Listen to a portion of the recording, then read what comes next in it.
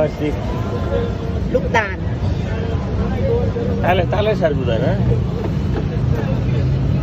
এটা কি হাজমোলা ও তাল বিভিন্ন প্রকার পরি আছে কোনটা নেওয়া যায় ช้อปปิ้งโอเค was black bean in coconut milk